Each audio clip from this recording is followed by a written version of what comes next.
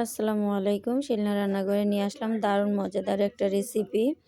আজকে আমি মাত্র ২ টি উপকরণ দিয়ে এই মজাদার নাস্তাটা বানিয়ে নিতে পারবেন, সেটা আজকে শেয়ার করছি।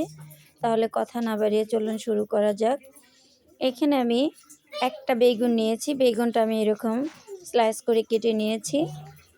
আপনারা আপনাদের পছন্দ অনুযায়ী কেটে নিবেন। এখানে বাড়িয়ে কমিয়ে দিতে পারেন। একটা ডিম নিলাম। তারপর স্বাদ অনুযায়ী নিলাম লবণ।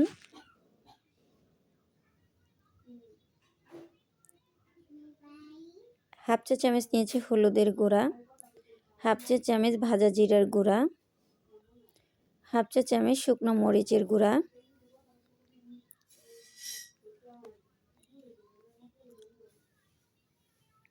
তারপর নিচে হলো চালের গুঁড়া।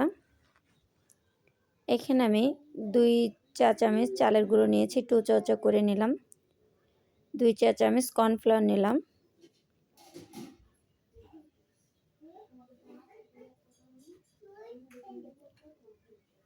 তারপর নিচে হলো এখানে বেসন,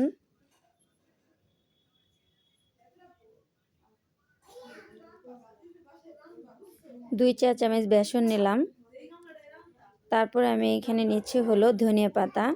এই ধনিয়া পাতাটা কিন্তু দিলে আপনার এই নাস্তাটা অনেক সুস্বাদু লাগবে। এই জন্যে আমি এখানে ধনিয়া পাতাটা ব্যবহার করলাম।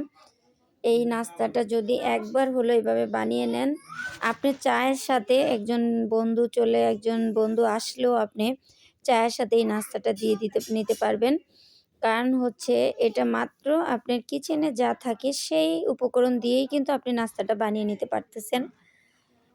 এখানে হলো শুধু বেগুন একটা নিবেন আর সামান্য ময়দা, হলুদ, মরিচ, এটা সবার কিচেনেই থাকে।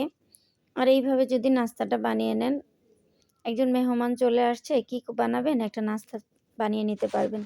দেখবেন সবাই খুব প্রশংসা করবে আপনার। আমি এভাবে মেখে নিয়েছি।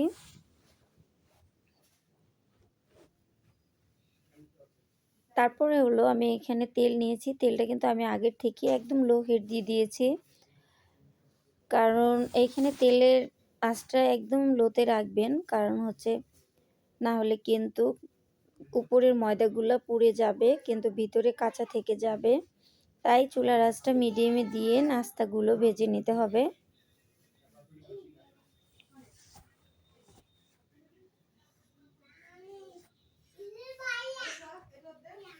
এটা মাশাআল্লাহ খেতে অনেক মজা হয়েছিল। আমার এরকম সুন্দর সুন্দর রেসিপি পেতে আমার চ্যানেলটাকে সাবস্ক্রাইব করে রাখবেন। যখনই আমি পরবর্তী কোনো ভিডিও আপলোড দিব, সবার আগে আপনি পেয়ে যাবেন।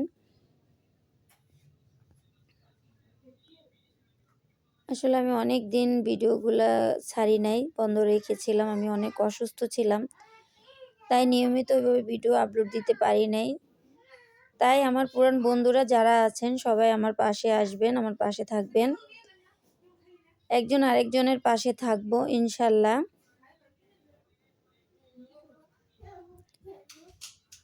মাশাআল্লাহ নাস্তাগুলো দেখতে যত সুন্দর হয়েছে, খেতে তার চেয়েও মজা হয়েছে।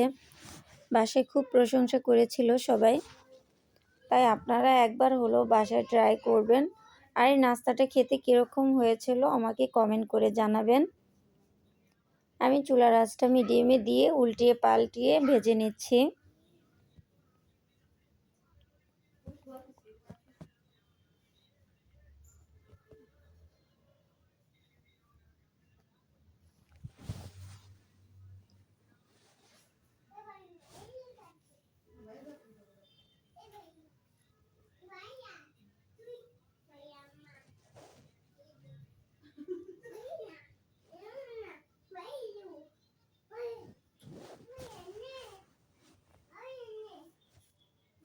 আমরা সবাই চেষ্টা করি বিকেলে একটা নাস্তা বাচ্চা এবং বড়দের সবাই সামনে দেওয়ার জন্য।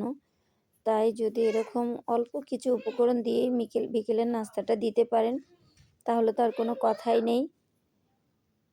একটু সময় নিয়ে ভেজে নিতে হবে।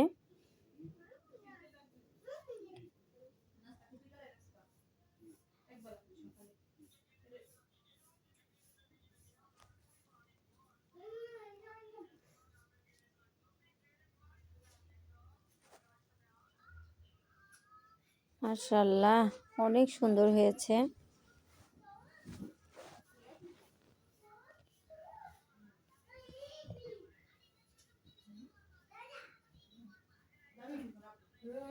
আমি এরকম গোল্ডেন কালার করে ভেজে নিলাম।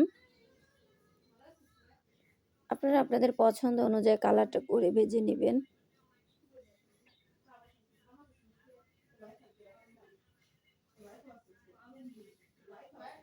অনেক সুন্দর হয়েছে। আল্লাহ